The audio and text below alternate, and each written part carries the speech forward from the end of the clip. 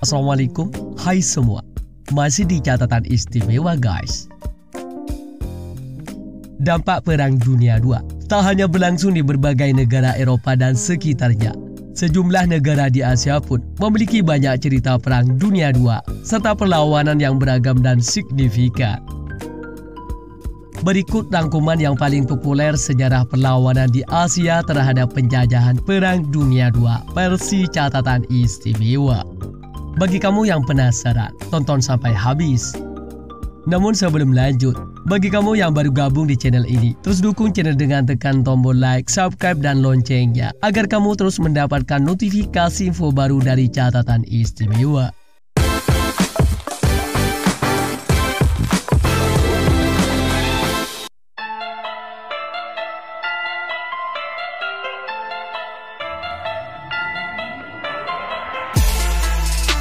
Yang pertama, perlawanan Tiongkok.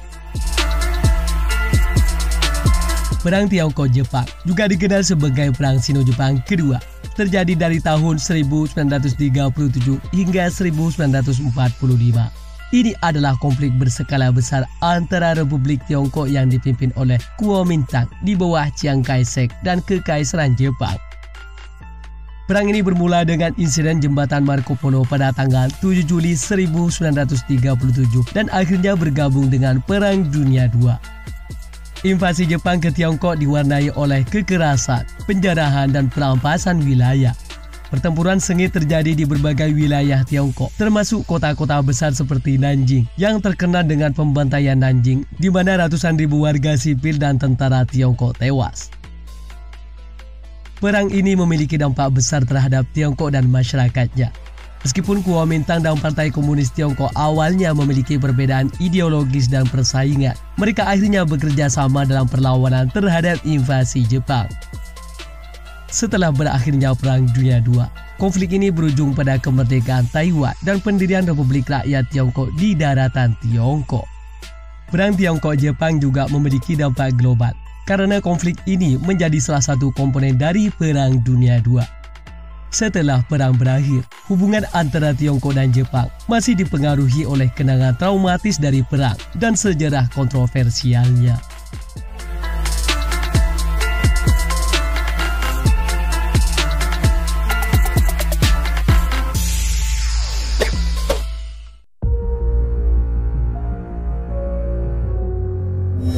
Yang kedua, perlawanan India. Gerakan kemerdekaan India adalah perjuangan panjang dan beragam melawan penjajahan Inggris yang berlangsung sekitar 2 abad. Mahatma Gandhi dikenal karena kedekatannya yang damai, termasuk aksi sipil seperti boikot, penolakan, dan Mars Garam. Gandhi memperkarsai konsep perlawanan non-kooperatif dan peradaban melalui aksi sipil. Beberapa metodenya termasuk boikot produk Inggris, menolak tunduk pada hukum-hukum Inggris, mengumpulkan garam sendiri sebagai tindakan perlawanan, dan banyak lagi. Filosofi Gandhi yang dikenal sebagai non-kekerasan dan perjuangan kebenaran memainkan peran penting dalam mengerahkan rakyat. Beda konsep perlawanan tokoh lain, seperti Subhas Chandra Bose, adalah tokoh yang lebih radikal dan memilih pendekatan militer dalam perjuangan melawan Inggris. Ia mendirikan Tentara Nasional India atau INA, Indian National Army, yang berusaha merebut India dari Inggris dengan bantuan Jepang selama Perang Dunia II. Ini juga memberikan tekanan lebih lanjut pada Inggris dan berkontribusi pada perjuangan kemerdekaan. Sesudah Perang Dunia II, keterlibatan Inggris dalam Perang Dunia II melemahkan posisinya secara ekonomi dan militer.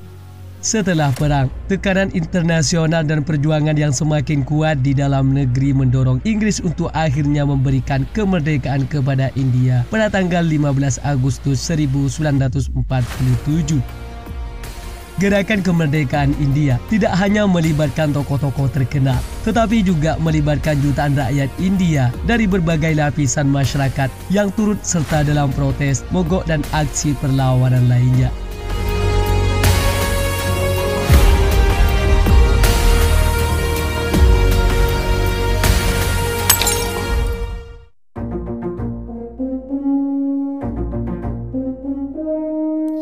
Yang ketiga, perlawanan Burma. Pada masa Perang Dunia II, Burma menjadi medan pertempuran penting antara pasukan sekutu dan penjajahan Jepang. Pada awal perang, Jepang berhasil menduduki Burma pada tahun 1942. Namun pada tahun 1944, pasukan sekutu yang dipimpin oleh Britania Raya bersama dengan gerilyawan Burma berhasil mengusir pasukan Jepang dari wilayah tersebut. Perlawanan pasukan sekutu dan gerilyawan Burma ini memainkan peran penting dalam mengakhiri kekuasaan Jepang di Asia Tenggara. Pada tahun 1945, pasukan sekutu berhasil merebut kembali ibu kota Burma dan pasukan Jepang akhirnya menyerah. Perjuangan Burma melawan penjajahan Jepang juga memiliki implikasi yang lebih luas, yaitu mengilhami perlawanan di wilayah lain di Asia. Hal ini memperlihatkan semangat perlawanan dan kemandirian negara-negara Asia dalam menghadapi penjajahan asing. Sejak saat itu, Burma terus bergerak menuju kemerdekaan. Pada tahun 1948, Burma akhirnya meraih kemerdekaan dari Britania Raya.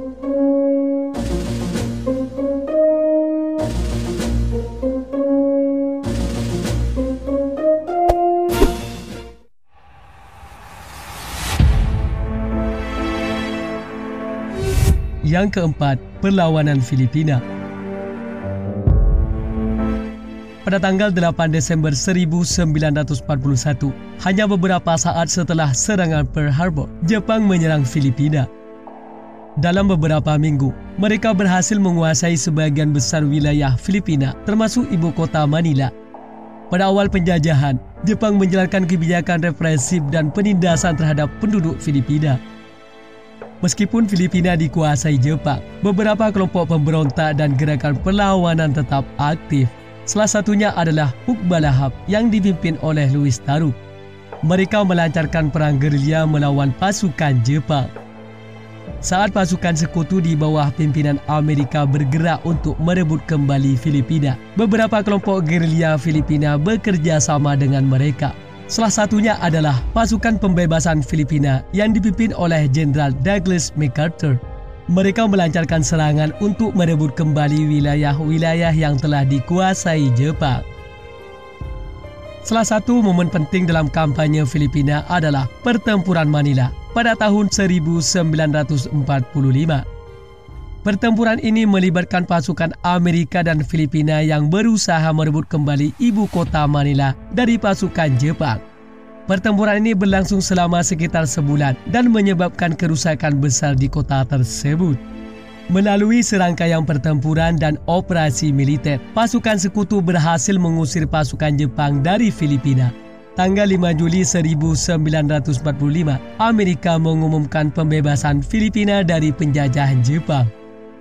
Dengan berakhirnya perang, Filipina mendapatkan kembali kemerdekaannya pada tahun 1946 setelah bertahun-tahun di bawah penjajahan asing.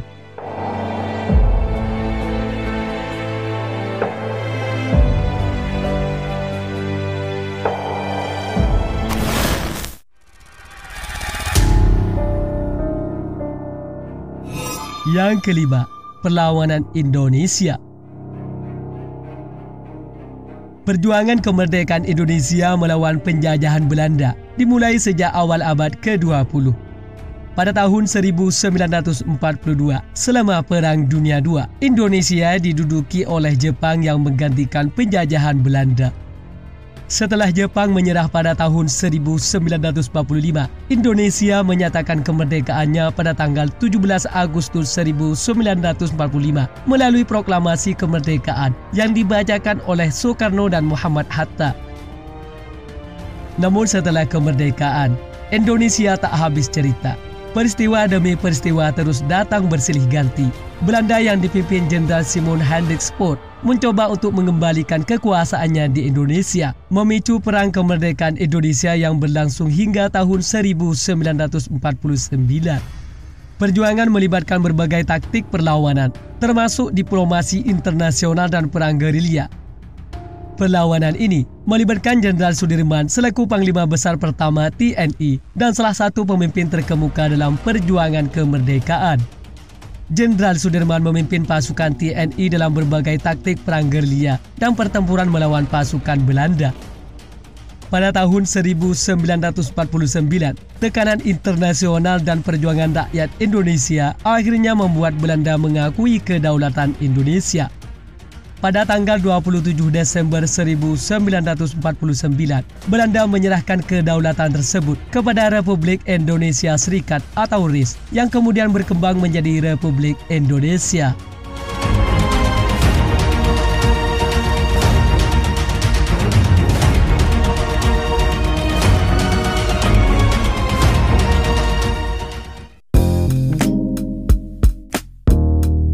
Demikian seputar rangkuman yang paling populer sejarah perlawanan di Asia terhadap penjajahan Perang Dunia II versi catatan istimewa. Bagi kamu yang punya tambahan atau koreksi seputar perlawanan di Asia terhadap penjajahan Perang Dunia II tersebut, tulis di kolom komentar ya. Sampai sini dulu guys. Sampai bertemu kembali di catatan istimewa selanjutnya. Wassalam.